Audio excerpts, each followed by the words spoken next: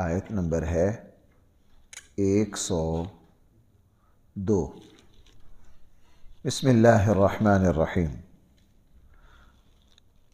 الحمد للہ رب العالمین والصلاة والسلام علی سید الانبیاء والمرسلین وعلی آلہ واصحابہ اجمعین۔ اما بعد فاعوذ باللہ من الشیطان الرجیم، بسم اللہ الرحمن الرحیم۔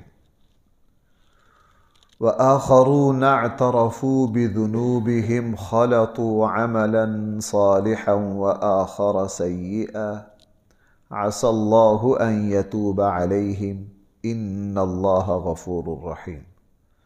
خذ من أموالهم صدقة تطهرهم وتزكيهم بها وصل عليهم إن صلاتك سكن لهم والله سميع عليم۔ ألم يعلموا أن الله هو يقبل التوبة عن عباده ويأخذ الصدقات وأن الله هو التواب الرحيم۔ صدق اللہ مولانا العظیم۔ قرآن کریم نے پچھلی سے پچھلی آیت میں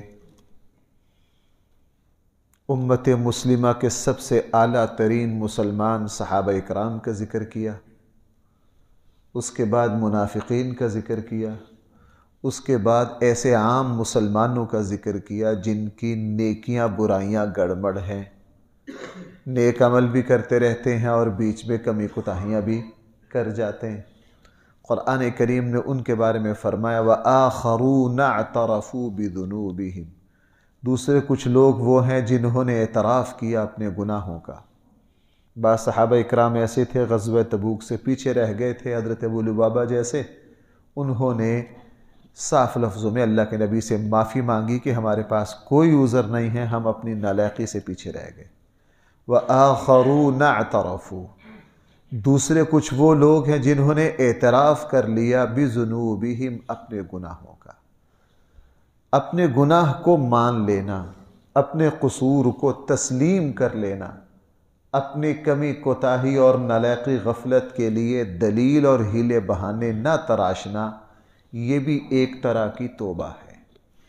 بھائی یہ بھی کیا ہے؟ ایک طرح کی توبہ ہے، چونکہ یہ احساس غلطی ہے۔ جو اپنے آپ کو یہ سمجھ لے کہ میں نے غلط کیا ہے، تو بھائی ایسا ممکن ہی نہیں 100% اللہ کی رحمت کا اس پر اظہار یہ ہوگا کہ جو اپنے آپ کو قصوروار گناہگار مانتا ہو، اللہ جل جلالہ ضرور اس کو توبہ کی توفیق دے دیتے ہیں۔ دیکھیے، جو بندہ اپنے آپ کو مریض سمجھے، وہ بیمار بھی ہے اور اپنے آپ کو بیمار بھی سمجھ رہا ہے، تو پرہیز کی، علاج کی ایک نہ ایک دن اسے توفیق ہو ہی جائے گی۔ ایک آدمی وہ ہے جو اپنے آپ کو سرے سے بیمار مانتا ہی نہیں، وہ کہتا ہے میں بیمار ہی نہیں ہوں، حالانکہ وہ حقیقت میں بیمار ہے۔ جب وہ اپنے آپ کو بیمار مانتا ہی نہیں تو پرہیز اور علاج کی کوئی توقع نہیں ہے۔ اس لیے وہ ایک بہت بڑے اللہ والے ہیں، ان کے ایک مرید نے ان سے کہا جی میں فلاں گناہ نہیں چھوڑ سکتا۔ وہ بڑا عرصہ اس کو سمجھاتے رہے۔ جب دیکھا کہ یہ باز نہیں آتا تو اس نے کہا جی میں تو اس گناہ کے بغیر نہیں رہ سکتا۔ تو انہوں نے کہا یار اچھا، اگر اس گناہ کے بغیر نہیں رہ سکتے، اس کو کر لو، لیکن اس کو کرنا گناہ سمجھ کے، اس کو کرنا کیا؟ گناہ سمجھ کے، اس کو اللہ کی نافرمانی سمجھ کے ہی کرنا۔ کل کو اس کو اپنے ہیلے بہانوں سے یہ گوبر کو مکھن بنانے کی کوشش نہ کرنا، شیطان وہاں سے تمہیں مروا دے گا۔ اگر کسی گناہ کو چھوڑ نہیں سکتے ہو تو اس گناہ کو گناہ سمجھ ہی کر کرو۔ اس کے بعد دل میں جو احساس ندامت اور شرمندگی ہوتا ہے، یہ انسان کو ایک نہ ایک دن اس گناہ کے چھوڑنے پر اور توبہ پر ابھار دیتا ہے۔ وَآخَرُونَ اعْتَرَفُوا بِذُنُوبِهِمْ، دوسرے کچھ وہ لوگ تھے جنہوں نے اپنے گناہوں کا اعتراف کر لیا۔ خَلَطُوا عَمَلًا صَالِحًا، ان کے عمل ملے جلے ہیں۔ خَلَطُوا عَمَلًا صَالِحًا، انہوں نے گڑبڑ کر دیا اچھے عملوں کو۔ وَآخَرُونَ سَيِّئًا، اور دوسرے جو ہیں وہ برے عمل بھی ہیں۔ دونوں طرح کے ان کے عمل تھے۔ عسى اللہ ان یتوب علیہم، ان قریب اللہ جل جلالہ ان پر رجوع فرمائیں گے، ان پر اپنا فضل فرمائیں گے، ان کی توبہ کو قبول کر لیں گے۔ ان اللہ غفور الرحیم، بے شک اللہ جل جلالہ بہت ہی مہربان ہے اور بہت رحم کرنے والے۔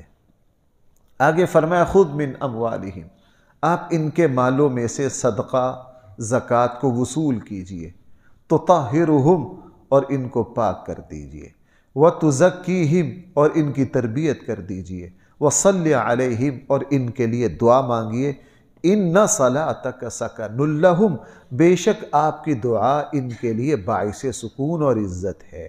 واللہ سمیع علیم، اللہ جل جلالہ ہر بات کو سنتے بھی ہیں، ہر بات کو جانتے بھی ہیں۔ نبی کریم صلی اللہ علیہ وسلم سے فرمایا، اللہ کے نبی بعض صحابہ سے ان کی غلطی پر ناراض ہو گئے تھے اور ان کے عطیات کو سرکاری بیت المال کے لیے قبول کرنے سے انکار کر دیا تھا۔ اللہ جل جلالہ نے فرمایا اپنے نبی سے، آپ ان کو معاف کر دیجئے، خذ من اموالہم صدقۃ، ان کے صدقات کو وصول کر لیجئے، ان کی زکوٰۃ کو بھائی سرکاری بیت المال کے لیے کیا کر لیجئے۔ اب ذرا آگے دیکھنا، تطہرہم، اور ان کو کیا کر دیجئے، پاک کر دیجئے۔ دیکھو بھائیو، ایک چیز کی طرف آپ کی توجہ، مجھے بھی ایک عرصہ تک اس بات کی طرف توجہ نہیں گئی، بہت بعد میں جا کے پھر اللہ نے اس حقیقت کو کھولا اور پھر اس موضوع کو ذرا تفصیل سے دیکھا، پھر سمجھ میں آئی۔ وہ یہ کہ دیکھو، یہ ایک عمل ہے، یہ کیا ہے، ایک عمل ہے۔ ہمارے جو نیک عمل ہیں، ان نیک عملوں میں بھی بہت بڑا حصہ توبہ کا شامل ہے۔ بھائی ذرا توجہ کرو، میں کیا بات عرض کر رہا ہوں۔ ہم جو نیک عمل کرتے ہیں، ہمارے نیک عمل بذات خود ایک درجے کی توبہ ہے۔ ہمارے نیک عمل بذات خود ایک درجے کی کیا ہے؟ آپ نے حدیث میں سنا ہوگا کہ وضو کرنے سے بھائی اعضاء کے گناہ دھلتے ہیں کہ نہیں؟ حدیث میں ہے۔ اس سے پتہ چلا وضو بھی ایک طرح کی توبہ ہے۔ آپ نے وہ رسول اللہ صلی اللہ علیہ وسلم نے فرمایا، جو مسلمان فرض نماز پڑھتا ہے، ظہر پڑھنے کے بعد پھر آگے جا کے ظہر پڑھتا ہے تو درمیانے گناہ کیا ہوتے ہیں؟ معاف ہوتے ہیں۔ اس سے پتہ چلا یہ نمازیں بھی ایک طرح کی توبہ ہے۔ یہ نمازیں بھی کیا ہیں؟ ایک طرح کی۔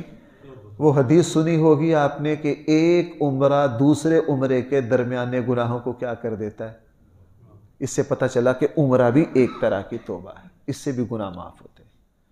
آپ نے وہ سنا ہوگا رسول اللہ صلی اللہ علیہ وسلم فرمایا، جو مسلمان حج سے واپس آتا ہے وہ اس طرح ہے جس طرح ماں کے پیٹ سے۔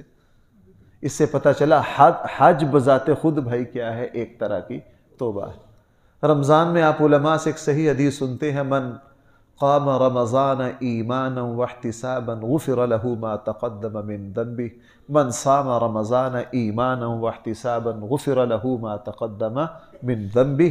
اس سے پتہ چلا رمضان کا روزہ بھی اور رات کو تراویح اللہ کے سامنے کھڑا ہو کر قرآن کی تلاوت کرنا، یہ بھی بھائی کیا ہے؟ ایک طرح کی توبہ ہے۔ اور یہاں زکوٰۃ کے بارے میں فرما دیا، آپ ان سے ان کے صدقات کو وصول کر لیجئے، تو طاہرہم، اور ان کو کیا کر دیجئے؟ پاک کر دیجئے۔ اس سے پتہ یہ چلا کہ مسلمان جو نیک عمل کرتا ہے، الحمدللہ بہت سارے گناہ تو اس کے نیک عملوں سے ہی مٹ جاتے ہیں۔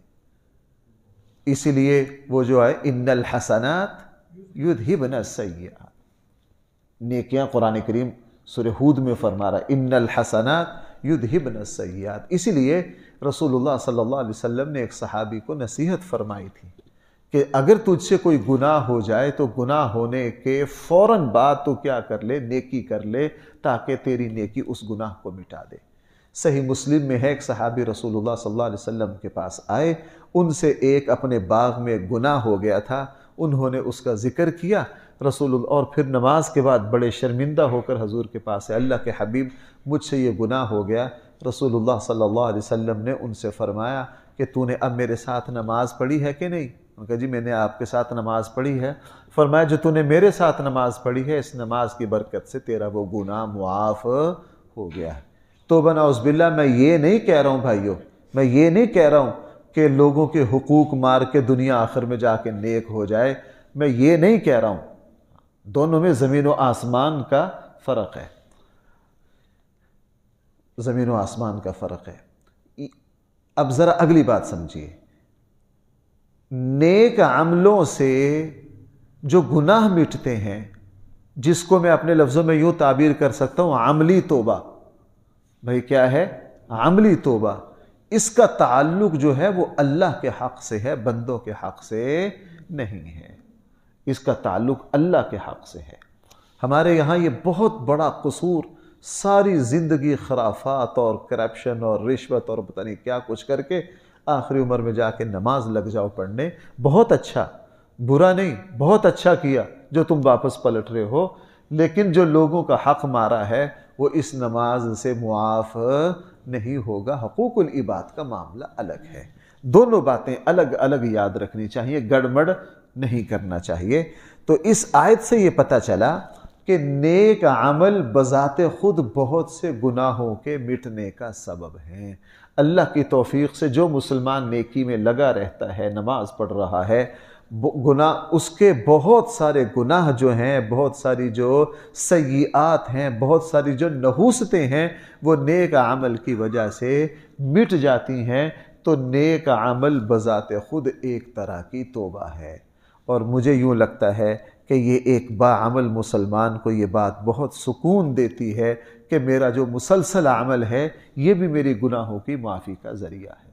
میرا جو مسلسل عمل ہے، میں نے اب کافی ساری مثالیں آپ کو دے دی، حج سے گناہ معاف ہوتے ہیں، عمرے سے معاف ہوتے ہیں، وضو سے گناہ جھڑتے ہیں، نماز سے گناہ جھڑتے ہیں، زکوٰۃ دینے سے گناہ جھڑتے ہیں، سلام سے گناہ جھڑتے ہیں، اور بہت سی ایسے اعمال ہیں دیکھنے میں وہ نیک عمل ہیں لیکن ان کی وجہ سے بھائی کیا ہوتے ہیں؟ گناہ معاف ہوتے ہیں۔ وہی بات یہاں فرمائی، خذ من اموالہم صدقۃ، آپ اپنے صحابہ سے، ان لوگوں سے زکوٰۃ کو وصول کر لیجئے، تو طاہرہم، اور ان کو کیا کر دیجئے؟ پاک کر دیجئے، ان کا تزکیہ کر دیجئے۔ دیکھو بھائی، میں ایک بات آپ سے عرض کروں، جسم پر گندگی لگ جائے، جسم پر گندگی لگ جائے، ہم اس کو دھوتے ہیں پانی سے، یہ چھوٹی گندگی ہے، یہ کیا ہے؟ چھوٹی گندگی۔ دل میں جو گندگیاں پیدا ہوتی ہیں وہ بہت بڑی گندگیاں، شرک، ریاکاری، نفاق اور منافقت، گندے خیالات، یہ بہت بڑے۔ اسی لیے سورہ ہمازہ میں کیا ہے؟ التی تطلع علی الافئدہ، بھائی ہم یہ چھوٹی چھوٹی صورتیں تو نماز میں پڑھتے بھی ہیں اور سنتے بھی ہیں، التی تطلع علی الافئدہ، کہ جہنم کی آگ دل پر لپٹ جائے گی۔ اب یہاں سوال پیدا ہوتا ہے کہ جناب انسان کو اگر اللہ نہ کرے کسی کو آگ لگ جائے تو آگ تو ابھی تک دل تک پہنچے گی نہیں، بندہ مر جائے گا، لیکن قرآن کہہ رہا ہے التی تطلع علی الافئدہ، جہنم کی جو آگ ہے وہ کس پر لپٹ جائے گی؟ دل پر۔ دل پر کیسے لپٹے گی؟ وہ تو بندہ پہلے ہی مر جائے گا۔ تو حدیث میں اس کی وضاحت آ گئی، جہنم کی آگ میں موت نہیں آئے گی، جہنم کی آگ میں موت نہیں آئے گی۔ اور وہ دل پر کیوں لپٹے گی؟ سب سے زیادہ دل کو کیوں جلائے گی؟ چونکہ ساری گندگیاں کہاں تھی؟ دل میں تھی۔ شرک دل میں تھا، نفاق دل میں تھا، ریاکاری دل میں تھی، حسد اور بغض دل میں تھا، عداوت اور نفرتیں، بدگمانیاں اور غلط خیالات و عقائد و نظریات سارے کہاں تھے؟ دل میں تھے۔ اس لیے سورہ ہمازہ میں کیا کہا؟ التی تطلع علی الافئدہ، وہ جہنم کی آگ کہاں لپٹے گی؟ دل پر لپٹے گی۔ تو اب آئیے ذرا اس پر جو بات میں عرض کرنا چاہ رہا ہوں، تو طاہرہم، آپ ان کو پاک کر دیجئے، یعنی جو دنیا کی محبت، جو مال کی کشش، جو دن رات شیخ چلی کے خواب، جو دن رات کروڑ کو سوا کروڑ کرنے کے چکروں میں انسان بھاگا پھر رہا ہے، یہ جو اس کے دل میں یہ گندی محبت ہے دنیا کی، پیسے کی جو کشش ہے، آپ ان سے زکوٰۃ وصول کیجئے۔ یہ ان کا زکوٰۃ دینا اور آپ کا وصول کر لینا، یہ ان کی دل کی اس گندگی کو دھو دے گا، تو طاہرہم، یہ کیا ہو جائیں گے؟ یہ صاف ستھرے ہو جائیں گے۔ اب ذرا بھائی میری ایک بات اور سمجھیے، ابھی میں نے آپ سے عمل کی توبہ کا ذکر کیا ہے کہ ہمارے نیک اعمال بھی کیا ہیں، ایک طرح کے توبہ ہے۔ بھائی میں نے یہی بات عرض کی ہے۔ اب ذرا اس سے اونچی سطح کا ایک مضمون سمجھیے، وہ یہ کہ ہمارے جو نیک عمل ہیں یہ بہت اونچے درجے کی پاکی اور طہارت اور وضو اور غسل ہے۔ بھائی سمجھ پا رہے ہیں میری بات کو؟ ہم نے وضو اور غسل پانی والے کو ہی صرف سمجھ لیا، وہ بھی ہے لیکن وہ چھوٹے درجے کی پاکی ہے۔ چلو میں یوں عرض کروں، ایک آدمی باہر سنت کے مطابق بہت اچھی طرح وضو کیا ہے، بالکل ٹھیک ہے، اس کو پاکی حاصل ہوگی، لیکن اس نے آ کے نماز پڑھی ہے، نماز کے بعد گڑ گڑا کر اس نے اللہ سے توبہ کی، دعا مانگی، آنسو بہائے۔ اب اس وضو سے بھائی بڑی پاکی حاصل ہوئی ہے یا اس توبہ سے بڑی پاکی حاصل ہوئی؟ توبہ سے۔ اس سے پتہ چلا کہ توبہ جو ہے یہ وضو سے بہت اوپر کی پاکی ہے۔ اسی لیے ایمان لانا یہ سب سے بڑا غسل ہے روحانی۔ یہ کیا ہے؟ سب سے بڑا غسل ہے، یہ سب سے بڑی پاکی۔ میں نے آپ کو سنایا تھا کہ عمر بن عاص رضی اللہ عنہ، خالد بن ولید جب دونوں رسول اکرم صلی اللہ علیہ وسلم کی خدمت میں اسلام لانے کے لیے حاضر ہوئے، چونکہ یہ مکہ کی بڑی قیادت تھی اور مکہ کے یہ وہ نوجوان تھے کہ جنگی پالیسیوں جو ٹیم بناتی تھی اس کا حصہ تھے، اور جس دن یہ دونوں مدینہ آئے نا تو صحابہ اکرام کو غصہ بڑا۔ خالد بن ولید کی وجہ سے تو 70 لاشیں اٹھائی ہیں۔ احد کا حادثہ کس کی وجہ سے پیش آیا؟ اور عمر بن عاص وہ ہے، کبھی حبشہ نجاشی کے پاس مذاکرات کے لیے جا، کبھی ادھر جا، کبھی ادھر جا، لیکن صحابہ اکرام کو غصہ تو آیا۔ بعض اہل علم نے فرمایا کہ جس وقت ان کو غصہ آیا انہوں نے اپنے نوجوانوں کو کہا بھائی گھر کی کنڈی لگا لو، تلوار لے کے باہر نہ نکلنا، وگرنہ جتنا ان کو غصہ تھا وہ ان کو رستے میں قتل کر دیتے۔ لیکن چونکہ یہ آئے کس کے مہمان بن کر تھے، وہ سمجھتے تھے کہ اللہ کے رسول کے مہمان ہیں، ہم ان کو ہاتھ لگا نہیں سکتے۔ اب جب مجلس لگی تو سارا مدینہ جمع ہو گیا اور چہروں پر غصے، تو رسول اللہ صلی اللہ علیہ وسلم نے پتہ کیا فرمایا؟ حضور نے سارے اہل مدینہ کو خطاب کر کے فرمایا، اے اہل مدینہ، لو آج قریش والوں نے اپنے جگر نکال کے تمہارے سامنے رکھ دی۔ آج مکہ والوں نے کیا رکھ دیا تمہارے سامنے؟ اپنا جگر رکھ دیا۔ اور پھر بعد میں اسی مجلس میں حضرت خالد بن ولید کو سیف اللہ کا لقب ملا تھا نا، اللہ کی تلوار۔ پھر دیکھ لیجئے خالد بن ولید اور عمر بن عاص اسلام کی خدمت میں ایسے جتے کہ حضرت خالد بن ولید کی فتوحات کو تو ہر کوئی جانتا ہے، یہ مصر کا سارا علاقہ یہ کس نے فتح کیا؟ حضرت عمر بن عاص نے فاتح مصر بنے۔ جو بات مجھے سنانی تھی، جو میں یہ پاکی پر جو بات عرض کر رہا تھا، جب بیعت لگے ہونے عمر بن عاص نے حضور کے ہاتھ پر ہاتھ رکھ کے ہاتھ کو اٹھا لیا۔ رسول اللہ صلی اللہ علیہ وسلم نے پوچھا بھائی کیا ہوا؟ اس نے کہا اللہ کے نبی، ہماری پچھلی زندگی آپ کے بھی علم میں ہے، ہم بہت کچھ کرتے رہے، پتا تھا کیا کچھ کرتے رہے۔ اگر میں اسلام لاؤں تو پیچھے جو کچھ کیا وہ معاف ہو جائے گا؟ اگر وہ معاف ہو جائے گا پھر تو اسلام قبول کروں، اگر وہ معاف ہی نہیں ہوگا پھر میرے پیچھے تو بہت کچھ سیاہ کارنامے، میں تو اسلام کے خلاف بہت لڑا ہوں۔ رسول اللہ صلی اللہ علیہ وسلم نے عمر بن عاص سے فرمایا، عمر الاسلام یہدم ما کان قبلہ، اسلام لانا پچھلے سارے گناہوں کو مٹا دیتا ہے۔ اسلام لانا پچھلے سارے گناہوں کو کیا کر دیتا ہے؟ مٹا دیتا ہے۔ پھر یہ اسلام لائے۔ اب اس سے پتہ چلا کہ میرا اور آپ کا لا الہ الا اللہ محمد الرسول اللہ پورے احساس کے ساتھ پڑھنا، توبہ کرنا، اللہ سے رجوع کرنا، نماز میں سجدہ ریز ہونا، یہ بھی اعلیٰ ترین پاکیزگی ہے۔ یہ بھی کیا ہے؟ اعلیٰ ترین پاکیزگی ہے۔ وضو بھی پاکیزگی ہے، غسل بھی پاکیزگی ہے، لیکن یہ پاکیزگیاں بہت اونچے درجے کی ہیں۔ سچی بات میں آپ سے عرض کروں، ان پاکیزگیوں کے سامنے وضو اور غسل کی کوئی حیثیت نہیں ہے۔ وہ تو صرف ظاہری ناپاکیوں سے انسان کو پاک کرتے ہیں، اور یہ جو نیک عمل ہیں یہ انسان کے دل و دماغ کو دھو دیتے ہیں، اس کی روح کو صاف ستھرا کر دیتے ہیں۔ اس لیے فرمایا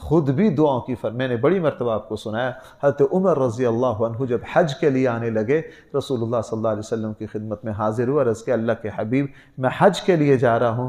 رسول اللہ صلی اللہ علیہ وسلم نے فرمایا یا اخویہ، اے میرے چھوٹے بھائی، مجھے اپنی دعاؤں میں یاد رکھنا۔